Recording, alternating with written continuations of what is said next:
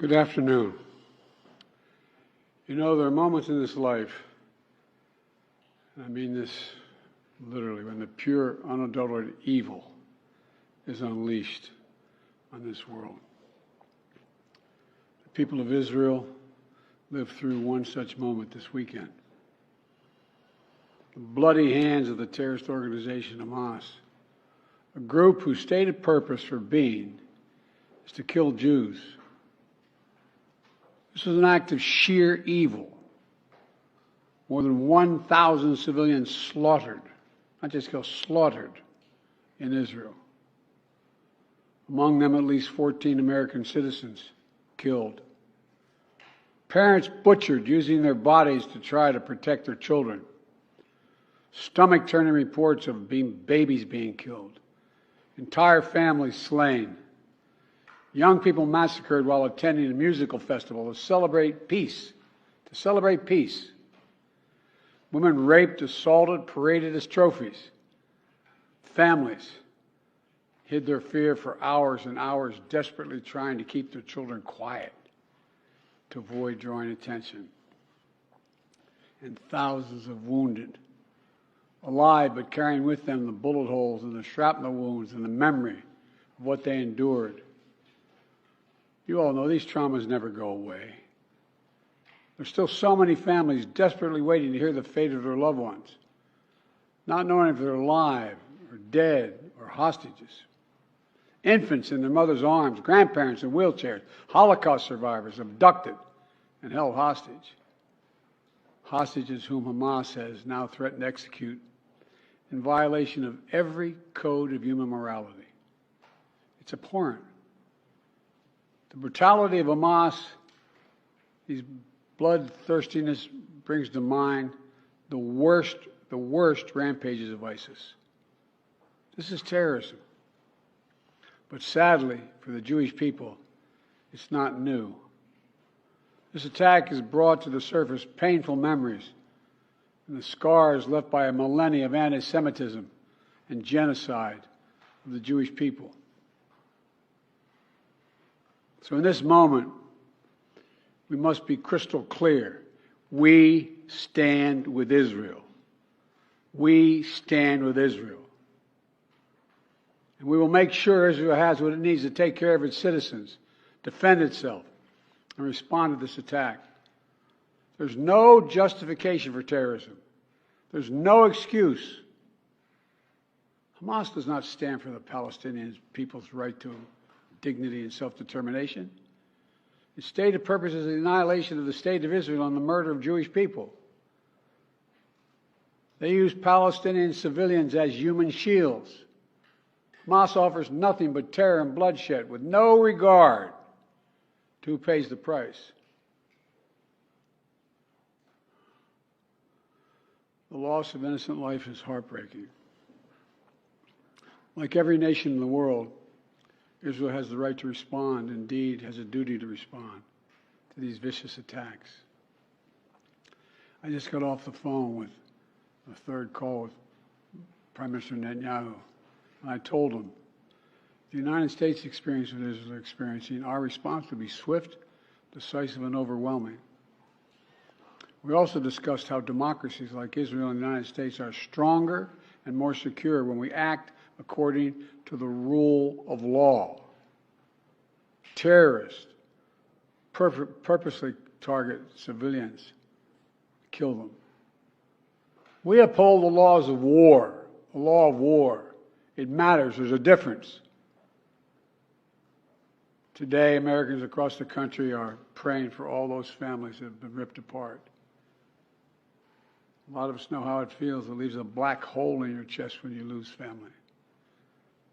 Feeling like you're being sucked in. The anger, the pain, the sense of hopelessness. This is what they mean by a human tragedy, an atrocity on an appalling scale. But we're going to continue to stand united, supporting the people of Israel who are suffering unspeakable losses and opposing the hatred and violence of terrorism. My team has been in near constant communication with our Israeli partners and partners all across the region and the world from the moment this crisis began. We're surging additional military assistance, including ammunition and interceptors, to replenish Iron Dome. We're going to make sure that Israel does not run out of these critical assets to defend its cities and its citizens. My administration has consulted closely with Congress throughout this crisis. And when Congress returns, we're going to ask them to take urgent action to fund the national security requirements of our critical partners. This is not about party or politics. This is about the security of our world, the security of the United States of America. We now know that American citizens are among those being held by Hamas. I've directed my team to share intelligence and deploy additional experts from across the United States government to consult with and advise Israeli counterparts on hostage recovery efforts. Because as president, I have no higher priority than the safety of Americans being held hostage around the world.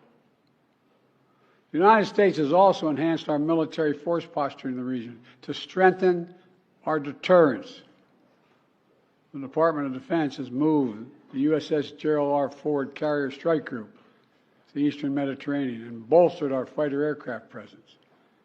And we stand ready to move in additional assets as needed. Let me say again, to any country, any organization, anyone thinking of taking advantage of this situation, I have one word: don't. Don't. Our hearts may be broken, but our resolve is clear. Yesterday I also spoke with the leaders of France, Germany, Italy, and UK to discuss the latest developments with our European allies and coordinate our united response. This comes on top of days of steady engagement with partners across the region. We're also taking steps at home. In cities across the United States of America, police departments have stepped up security around centers of Jewish life. The Department of Homeland Security and the Federal Bureau of Investigation are working closely with state and local law enforcement and Jewish community partners to identify and disrupt any domestic threat that could emerge in connection with these horrific attacks. This is a moment for the United States to come together, to grieve with those who are mourning. Let's be real clear. There is no place for hate in America. Not against Jews, not against Muslims, not against anybody. We reject. What we reject is terrorism. We condemn the indiscriminate evil, just as we've always done. That's what America stands for. You know, just over 50 years ago, I was thinking about it this morning, talking to the Secretary of State, the Vice President in my office. Over 50 years ago, as a young senator, I visited Israel for the first time as a newly elected senator. And I had a long, long trip, a meeting with Golda Meir in her office just before the Yom Kippur War. And I guess she could see the consternation on my face as she described what was being faced. They were facing. We walked outside in that sort of hallway outside her office to have some photos. She looked at me all of a sudden and said, "Would you like to have a photograph?" And so I got up and followed her out. We were standing there silent, looking at the press. She could tell, I guess, I was concerned. She leaned over and whispered to me, she said, "Don't worry, Senator Biden. We have a secret rep in here in Israel." My word is what she said. We have no place else to go. We have no place else to go. For 75 years, Israel has stood as the ultimate guarantor of the security of Jewish people around the world, so that the atrocities of the past could never happen again. And let there be no doubt, the United States has Israel's back. We will make sure the Jewish and democratic state of Israel can defend itself today, tomorrow, as we always have. It's as simple as that. These atrocities have been sickening. We're with Israel. Let's make no mistake. Thank you.